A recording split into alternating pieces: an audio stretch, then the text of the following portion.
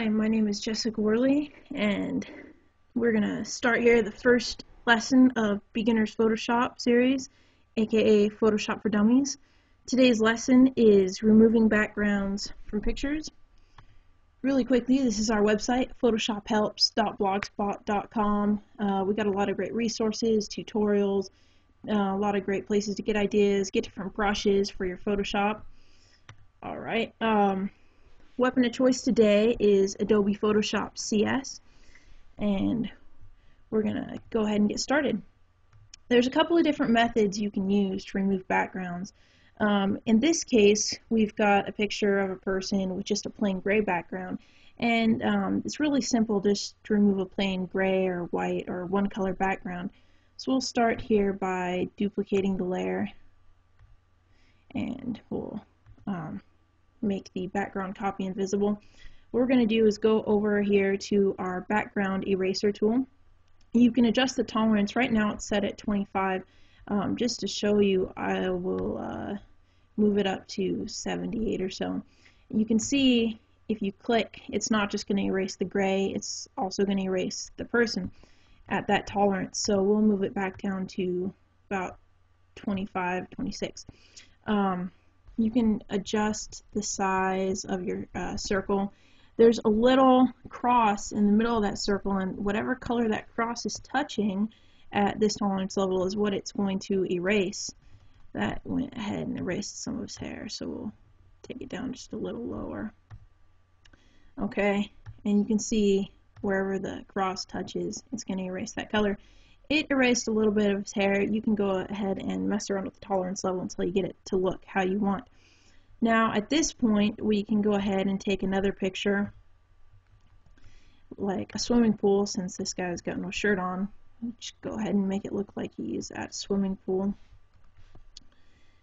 We will adjust this using the Control T, which is the free transform, and using Shift to keep the picture proportional.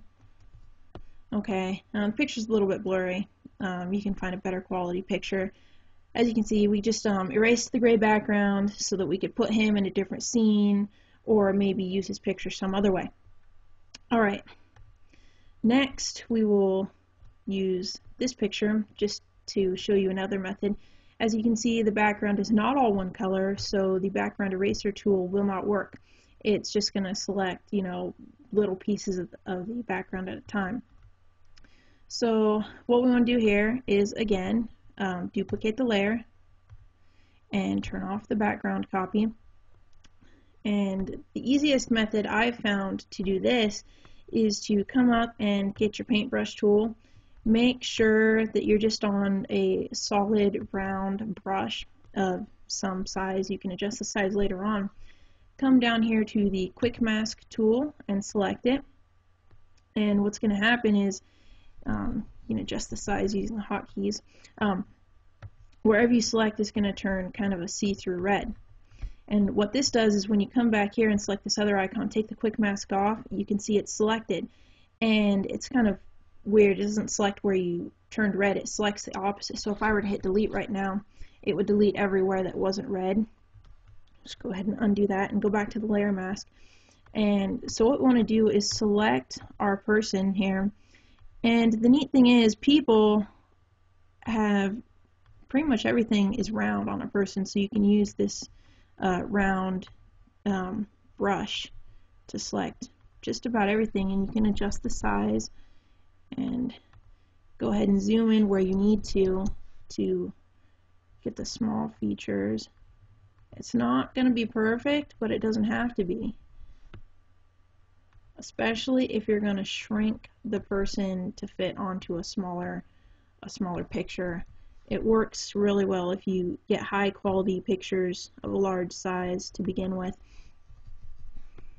So really quickly, I'm just going to go through here and do this, and it doesn't take much time. It's going to turn out a lot better when you do it, just because you're probably going to be taking more time to get the picture to look the way that you want it to.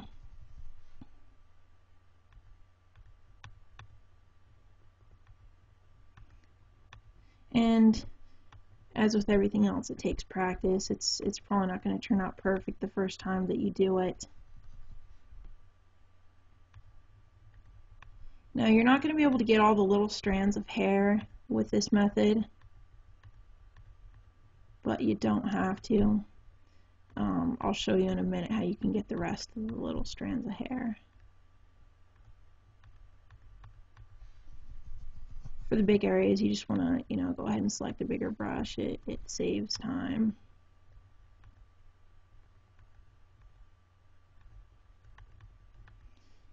Just want to make sure to get to the edges of the person. And like I said, so far, as you can see, we've just been using round brushes. There's no need for square brushes or anything. If you're gonna be using a picture where you want to select something like a square object, you'll need a different method, which I can show you in a minute also.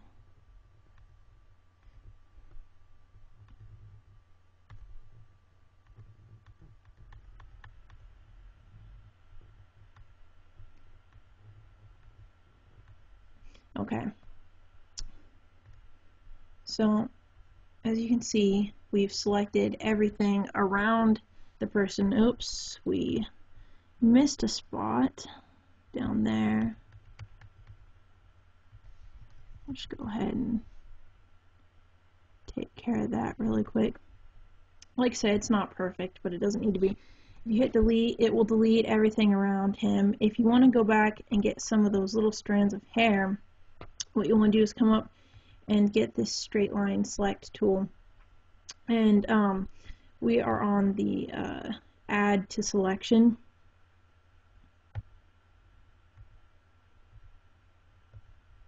Oops. Let's go get the minus from selection tool. And you can just, because his hair has got some straight edges to it, we can just go through here, and if you really want the fine little hairs, you can take the time to go through and do this. You're not going to get the really fine hairs with this method.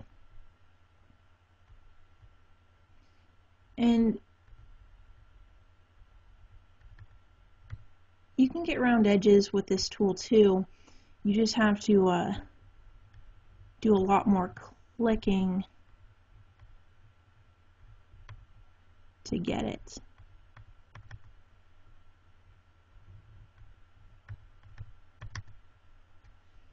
Okay.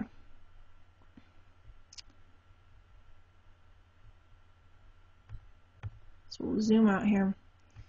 So we've got our person, and you can either go ahead and delete the background, or you can come up here and go to select inverse, and it will now select the person, and you can delete him maybe if you just wanted the background, or you can hit Control C and copy him. Maybe you wanted to paste him again, and it works the same way.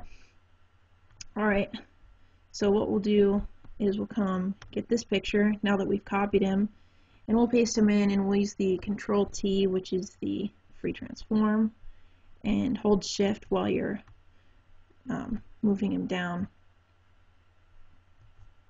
to keep him proportional. Over here, since he's got a flat edge. You'll need to mess around with the colors when you're putting a person on a background to make it look like the person isn't like really light and the background's really dark. We will cover that in another tutorial though. So those are two really simple methods for removing two different kinds of backgrounds. Another method that you can use is this straight line tool. Say we had a square object here, or maybe you just want to select his necklace. You just go through here and click, and even though the necklace is kind of rounded because it's going around his neck, you can still get it. like I said, it just takes a lot more clicking, and you need to zoom in if you have to. So now, we want to delete his necklace for whatever reason. You can do that. Okay, and this was episode 1, how to remove backgrounds from pictures. There's a lot of things you can do with this. 2 very simple methods. Make sure to visit our website, photoshophelps.blogspot.com. Thank you.